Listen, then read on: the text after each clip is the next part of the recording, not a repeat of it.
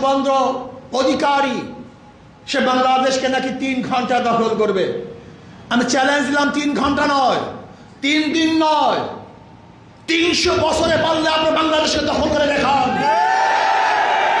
ইনশাআল্লাহ বাংলাদেশের মানুষ যতদিন ঈমানের উপরে থাকবে, ইসলাম গ্রহণ করেছে কলেমার উপরে থাকবে, যতদিন বাংলাদেশের মুনাফিক না হবে, ততদিন পর্যন্ত চ্যালেঞ্জ দিলাম 3 বছর নয়, 30 বছর নয়, 300 বছরে বাংলাদেশ দখল করা সম্ভব নয়।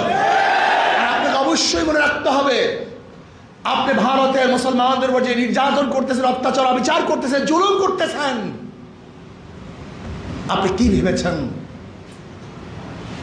ওই পাক বর্ধমানের শাসক ছিল মুসলমান?